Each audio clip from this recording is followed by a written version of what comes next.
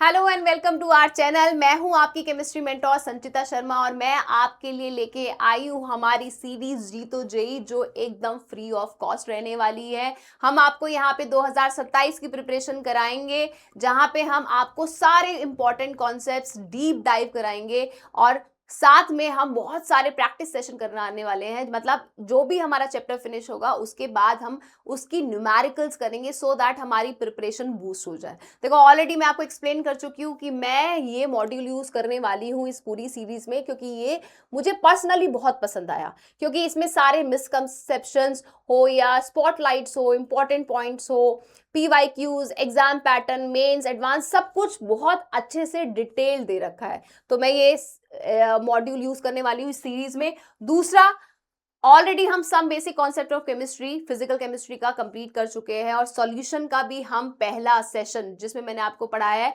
Types and concentration of solution कर चुके हैं। तो आज हम पढ़ने वाले हैं हमारे दूसरे सेशन में हेनरीज लॉ। देखो बहुत इंपॉर्टेंट लॉ है ये, पेपर के एग्जाम के पॉइंट ऑफ व्यू से बहुत सारे क्वेश्चंस आते हैं, साथ में आपके थ्योरेटिकल भी आ सकते हैं, न्यूमेरिकल, तो बहुत अच्छे से समझेंगे। लास्ट तक बने रहना इस वीडियो में और ज्यादा से ज्यादा लोगों को शेयर भी करना। देखो भला तो सबका ही होना चाहिए ना।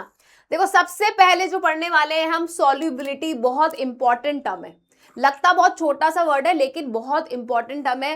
कहता क्या है, ऐसा अमाउंट ऑफ सॉल्यूट जो डिसॉल्व हो जाए एक स्पेसिफिक टेम्परेचर पे, कांस्टेंट टेम्परेचर पे, मतलब maximum amount of solute that can be dissolve eight the constant temperature, उसे सॉल्युबिलिटी कहते हैं। मतलब ये है कि मेरे पास समझो कि सॉल्वेंट है और मैं ज्यादा से ज्यादा सॉल्यूट ऐड करती रहूं, कब? जब मैं उस टेम्परेचर को कांस्टेंट कर लूं, तो उसे कहते हैं सॉल्युबिलिटी। किस किस पे डिपेंड करता है बच्चों? नेचर ऑफ सॉल्यूट और सॉल्वेंट और साथ में टेम्परेचर और प्रेशर। अब आप मुझसे पूछोगे मैम नेचर ऑफ सॉल्यूट क्या मतलब? Like, dissolve like. बहुत अच्छे से आपने बहुत बार एनसीईआरटी पढ़ी हो या कोई भी बुक पढ़ी हो, उसमें ये टर्म यूज होती है, मतलब जैसे के साथ वैसा। अब हम फ्रेंडशिप भी करते हैं ना, तो हम फ्रेंडशिप क्या सोच के करते हैं कि यार इसे क्रिकेट बहुत पसंद है, इसे बैडमिंटन बहुत पसंद है, इसे पिज्जा बहुत पसंद है, तो आपकी लाइक्स मिल जाती है। सेम सॉल्युबिलिटी में होता है। पोलर सॉल्यूट पोलर सॉल्वेंट में डिसॉल्व हो गए, non polar solute non polar solvent में डिसॉल्व होगी, मतलब जो जैसा होगा वो वैसे में ही डिसॉल्व होगा। दूसरा है आपका टेम्परेचर और प्रेशर, राइट। अब देखते हैं सबसे पहले solubility of solid and liquid. इसका मतलब क्या है कि सॉलिड जो है हमारा सॉल्यूट है और लिक्विड क्या है? Solvent, right.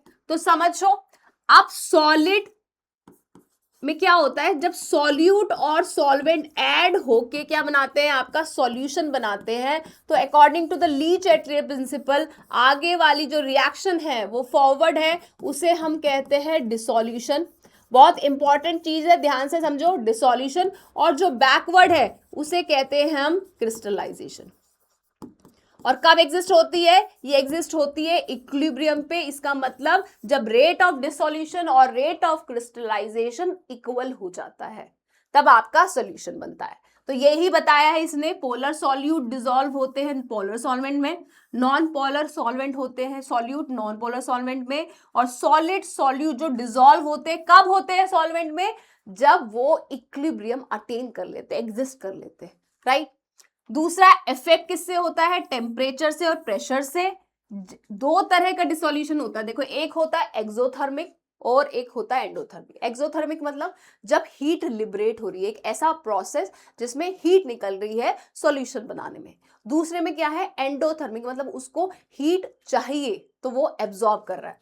जब डिसोल्यूशन एक्सोथर्मिक होता है तो जैसे ही मैं टेम्परेचर बढ़ाती हूं तो सॉल्युबिलिटी कम हो जाती है।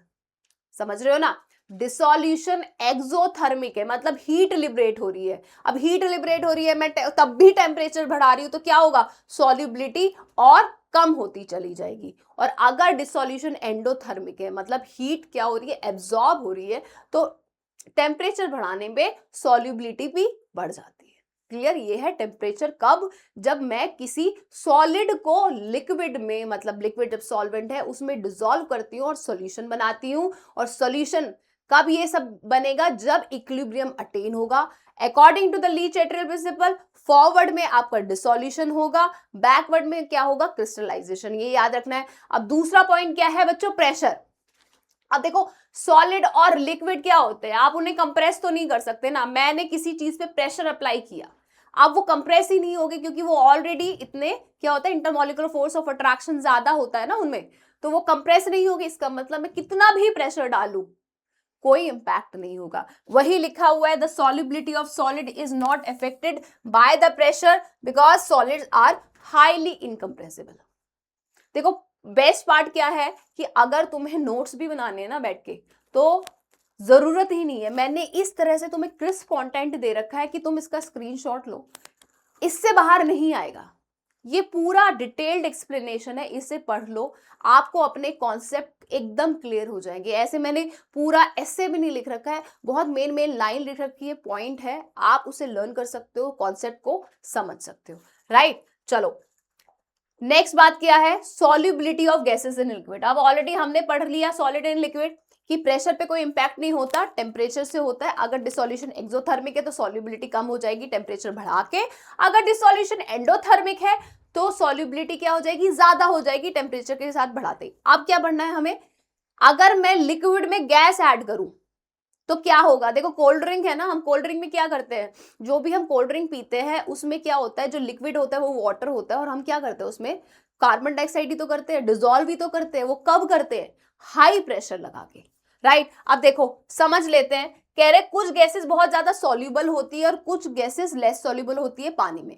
इफेक्ट क्या होता है, सबसे पहले प्रेशर जैसी मैं ज्यादा बढ़ाती हूं वैसी सॉल्युबिलिटी ज्यादा हो जाती है। देखो कहने का मतलब क्या है, ढंग से समझो।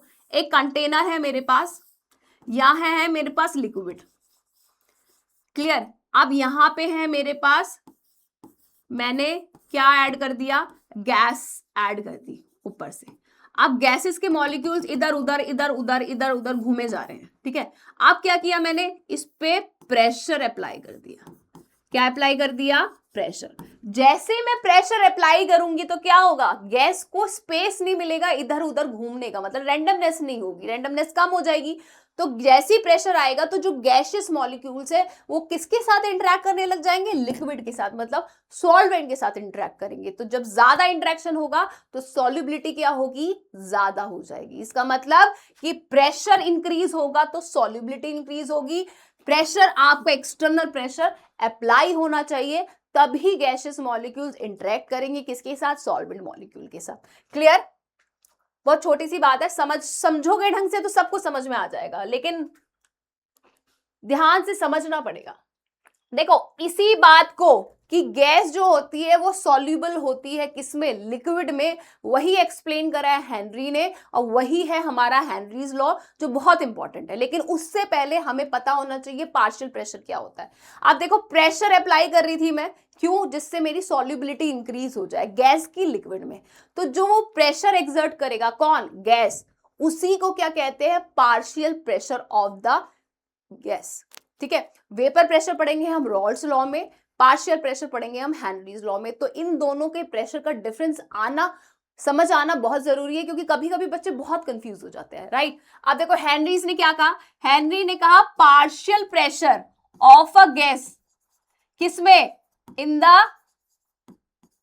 सॉल्यूशन, किसके प्रोपोर्शन है, वो प्रोपोर्शन है काई के। काई का मतलब हुआ आपका, हमने ऑलरेडी पढ़ रखा है बच्चों, मोल फ्रैक्शन। और किसका काई, गैस का, ठीक है। अब ये जो गैस प्रेजेंट है वो प्रेशर किस पे अप्लाई होगा, ऊपर, लिक्विड के ऊपर जो गैस प्रेजेंट है उसके पार्शियल प्रेशर की बात हो रही है। किसके प्रोपोर्शन है, उसकी सॉल्युबिलिटी, मतलब कंसंट्रेशन, मतलब मोल फ्रैक्शन, किसका, जो गैस प्रेजेंट है हमारी सॉल्यूशन में। अब इसी रिलेशन को उसने कहा कि P इज इक्वल टू के एच काय, और ये जो के एच है वही आपका हेनरी कांस्टेंट है जो डिपेंड करता है आपकी नेचर ऑफ गैस पे, और यू कैन से टेम्परेचर पे। अब देखो यही समझ लेते हैं, the solubility of a gas in a liquid directly proportion है किसके, partial pressure of the gas जो लिक्विड के ऊपर प्रेजेंट है एट द कांस्टेंट टेम्परेचर। दूसरा मोल फ्रैक्शन किसके प्रोपोर्शनल है, partial pressure of the gas over the solution, और न्यूमेरिकली आपको रिलेशन क्या दे रखा है, P is equal to KHX, जिसमें P क्या है आपका partial pressure of the gas, KH है हेनरी कांस्टेंट, और ये क्या है आपका काय, काय क्या होता है, मोल फ्रैक्शन। क्लियर है। अब हेनरी कांस्टेंट डिपेंड किस पे करता है, nature of gas and temperature पे। KH इंक्रीज हो जाएगा जैसे मैं टेम्परेचर बढ़ाती हूँ, जिसकी वजह से सॉल्युबिलिटी कम हो जाती है। अब देखो, मैं अगर एक ग्राफ बनाती हूं किसके बीच में, पार्शियल प्रेशर और काई मतलब सॉल्युबिलिटी, तो रिलेशन क्या है मेरा, P is equal to KH chi, तो ये हो गया Y, ये हो गया M और ये हो गया X, और M क्या होगा बच्चों मेरा, स्लोप। तो मैं एक ये ग्राफ बना सकती हूँ, तो ये मुझे मिल जाएगा पार्शियल प्रेशर और सॉल्युबिलिटी के बीच में एक क्या ग्राफ, जिसका स्लोप क्या होगा, Henry constant, that is KH। अब मैं बोलती हूं एट द कांस्टेंट प्रेशर, अगर मैं प्रेशर को कांस्टेंट कर देती हूं तो मेरा क्या रिलेशन बनेगा, मैं लिख सकती हूं Henry constant is inversely proportion to the chi, मतलब सॉल्युबिलिटी के इनवर्सली प्रोपोर्शन है। अगर मैं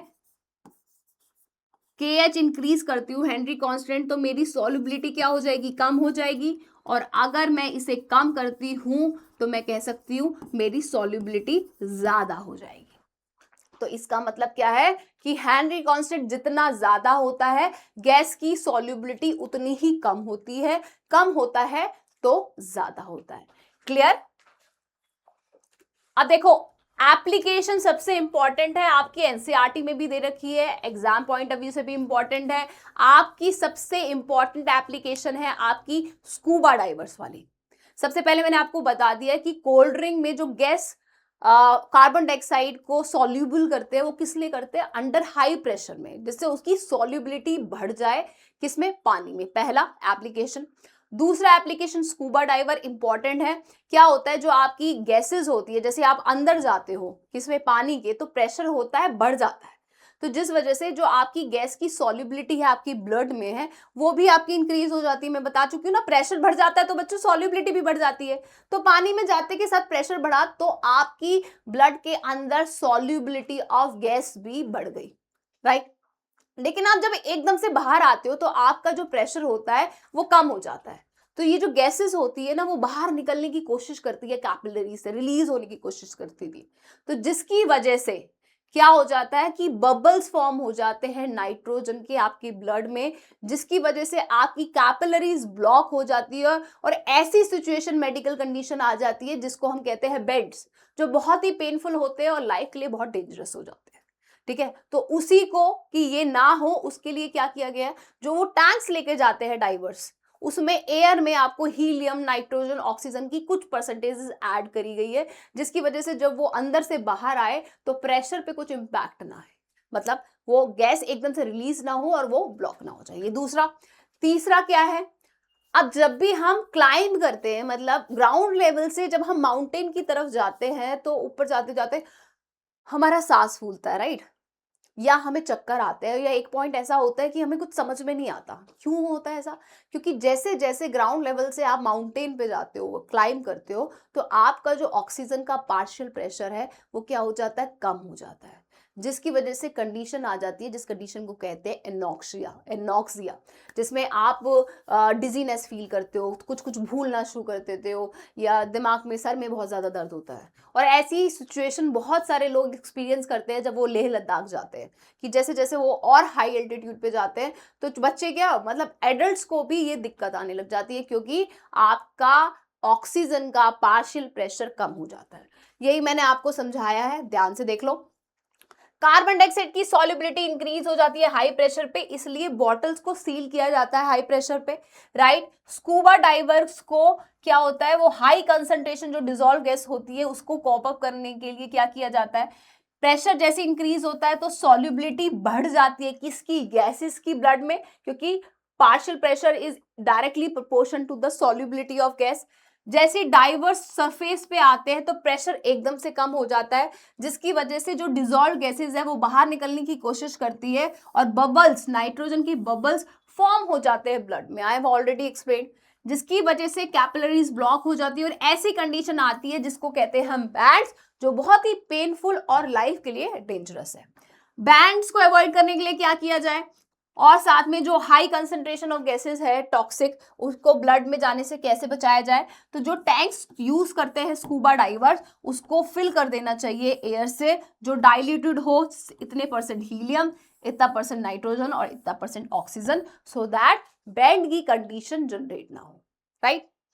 तीसरा, at high altitude the partial pressure of the oxygen is less than at that of the ground level, जिसकी वजह से लो कंसंट्रेशन होता है ऑक्सीजन का ब्लड में, जिसकी वजह से जो टिश्यू होते हैं, जो हाई एल्टीट्यूड पे लोग रहते हैं, क्लाइंबर्स रहते हैं, उनके लो ब्लड ऑक्सीजन की वजह से उन्हें क्या होता है, वो वीक हो जाते हैं, क्लियरली थिंक नहीं कर पाते, और इस कंडीशन को क्या कहते हैं, एनोक्सिया, राइट। ऑलरेडी मैं आपको एक्सप्लेन भी कर चुकी हूँ और ये इस कंटेंट में भी है, आप चाहो तो स्क्रीनशॉट ले सकते हो, अपने इससे नोट्स बना सकते हो, हर तरह से आपके लिए यूजफुल रहेगा।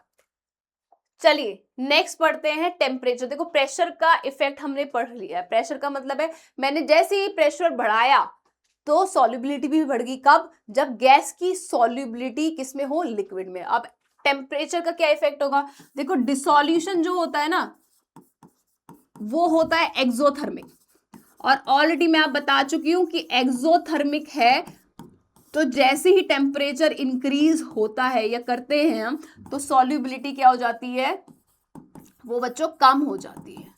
क्लियर? और यही इसने ये लिख रखा है कि डिक्रीज हो जाती है टेम्परेचर राइज करने से। क्यों? क्योंकि जो डिसोल्यूशन का प्रोसेस है वो एक्सोथर्मिक होता है और जैसे सॉल्युबिलिटी डिक्रीज हो जाती है जैसे ही मैं टेम्परेचर को इंक्रीज कर लेती हूँ। तो दोनों पढ़ा दिया इम्पैक्ट, प्रेशर का भी और टेम्परेचर का भी। आपको ये याद रखना बहुत जरूरी है। बहुत सारे क्वेश्चंस आ जाते हैं, स्टेटमेंट वाइज आ जाते हैं, या आपको असर्शन रीजन के क्वेश्चन आ जाते हैं, तो आपको ये लॉजिक्स पता होनी चाहिए। देखो फाउंडेशन स्ट्रॉन्ग करोगे तभी मेंस करोगे, और उससे ज्यादा लेवल बढ़ाना है तो एडवांस की प्रिपरेशन वैसे होगी। तो आपको अपनी फाउंडेशन स्ट्रॉन्ग रखनी है, सब कुछ आना चाहिए, कुछ भी ऐसा नहीं है कि इंपॉर्टेंट नहीं है, सब कुछ इंपॉर्टेंट है। चाहे वो छोटा टॉपिक हो कि हम स्किप कर लेते हैं कि कर लेंगे, लेकिन बहुत बार ऐसा होता है कि जिस कंटेंट को आप स्किप करते हो ना, ये सोच के कि इजी है बाद में हो जाएगा, वही कंटेंट से क्वेश्चन आ जाता है और फिर आप घूम जाते हो उस क्वेश्चन में,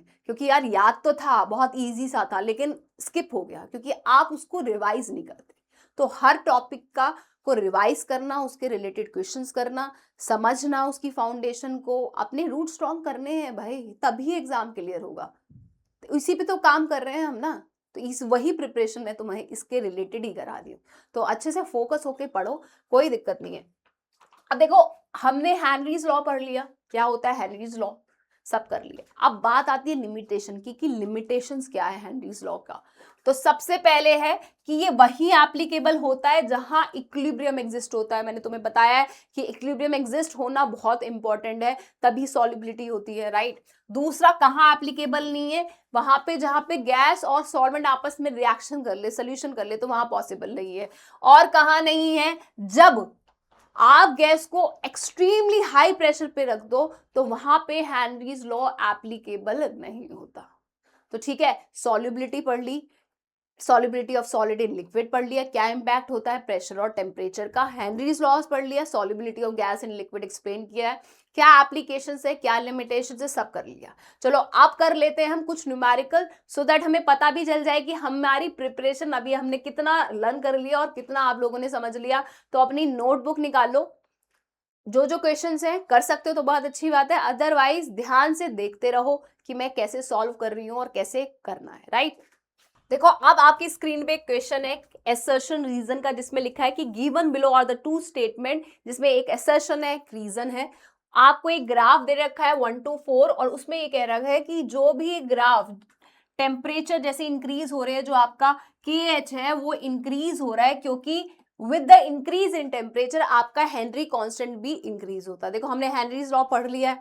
हेनरी लॉ क्या कहता है कि partial pressure of the gas is in directly proportion to the solubility, मतलब जैसी मैं प्रेशर बढ़ाती हूं तो मेरी सॉल्युबिलिटी भी बढ़ जाती है, राइट। इतना समझ आया। अब दूसरा पॉइंट देखो हेनरी कांस्टेंट के साथ कि हेनरी कांस्टेंट में जितना बढ़ाती हूं मेरी सॉल्युबिलिटी इतनी ही कम हो जाती है। क्लियर? अगर मैं टेम्परेचर बढ़ाती हूं बच्चों तो क्या हो जाता है, सॉल्युबिलिटी कम हो जाती है, हमने पढ़ा था, क्योंकि डिसोल्यूशन क्या होता है, एक्सोथर्मिक होता है।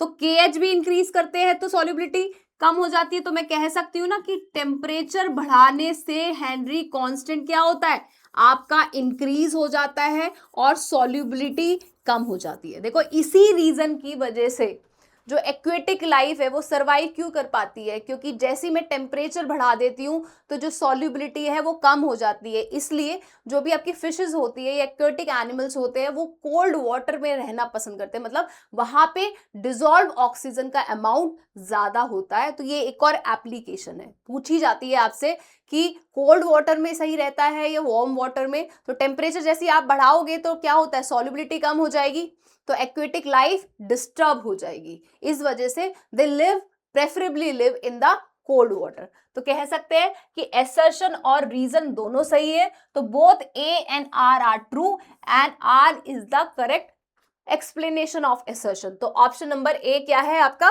करेक्ट। तो यही आपकी करेक्ट रिप्रेजेंटेशन है ग्राफ 1 की। यही देखा रखा है ना कि टेम्परेचर बढ़ रहा है तो हेनरी कांस्टेंट भी आपका बढ़ रहा है, राइट। चलिए नेक्स्ट क्वेश्चन देखते हैं। नेक्स्ट क्वेश्चन कह रहा है कि हाइड्रोजन सल्फाइड गैस को मैंने क्वालिटेटिव एनालिसिस में इनऑर्गेनिक कैटायन में यूज किया है जिसकी सॉल्युबिलिटी इतनी है, Henry's law constant with the atmospheric molar inverse कितना रहेगा, मतलब आपको हेनरी कांस्टेंट निकालना है। हमें पता है P इज इक्वल टू, ये हमने पढ़ रखा है रिलेशन। आपको क्या दे रखा है, सॉल्युबिलिटी ये दे रखी है, और प्रेशर मैं लिख सकती हूँ 1 क्योंकि आपका एटमॉस्फेरिक दे रखा है। के एच आपको निकालना है, मतलब हेनरी कांस्टेंट निकालना है, into 0.195। Henry constant is equal to 1/0.195। फटाफट से कैलकुलेट कर लो, सिंपल सी कैलकुलेशन है, और कमेंट सेक्शन में मुझे आंसर बताओ जल्दी से। हो गया, चलो 5.128 में मान लेती हूं आपका यही आंसर आया होगा। जिसका आंसर आया है तो बहुत अच्छी बात है, आपको मिलते हैं 2 मार्क्स। तो ऑप्शन नंबर बी आपका सही है, करेक्ट। चलिए नेक्स्ट क्वेश्चन देखते हैं। नेक्स्ट क्वेश्चन कह रहा है कि कुछ डेटा दे रखा है कार्बन डाइऑक्साइड का for the concentration in H2O। अगर एक टेम्परेचर इतना है तो इतना कांस्टेंट आ रहा है, प्रेशर इतना आ रहा है। अगर इस टेम्परेचर को मैं बढ़ा देती हूं तो हेनरी कांस्टेंट इतना है, तो प्रेशर निकालो कितना है। तो देखो P इज इक्वल टू के एच, सॉल्युबिलिटी। अब पहले के लिए हम क्या निकाल सकते हैं, P, के एच क्या है आपका 728, और सॉल्युबिलिटी आपको निकालनी है। तो ये किस प्रेशर के लिए है आपका, ये आ गया 720 क्या लिखा है,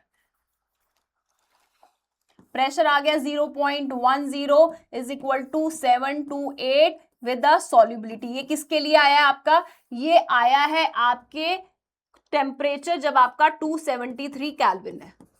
क्लियर। दूसरा क्या कंडीशन है आपका है, अगर मैं 333 केल्विन की बात करूं तो प्रेशर दे रखा है P2, मतलब आपको निकालना है इज इक्वल टू 3410, और ये क्या है आपकी सॉल्युबिलिटी है। अब अगर आप इन दोनों को अगर आप सॉल्व करो, देखो आप यहां से सॉल्युबिलिटी निकाल सकते हो, सॉल्युबिलिटी यहां पे आप पुट कर सकते हो, क्योंकि जो आपकी सॉल्युबिलिटी है वो तो कांस्टेंट ही रहेगी ना। टेम्परेचर आपका इंक्रीज है कर रहे हैं, लेकिन आपका जो मोल फ्रैक्शन है वो तो सेम रहेगा, तो कांस्टेंट मान लेते हैं। तो मैं ये लिख सकती हूं 0.10 डिवाइडेड बाय 728, और इसी वैल्यू को अगर मैं यहां रखती हूं तो मेरा निकल जाएगा प्रेशर। तो फटाफट से प्रेशर निकालो और मुझे आंसर बताओ जल्दी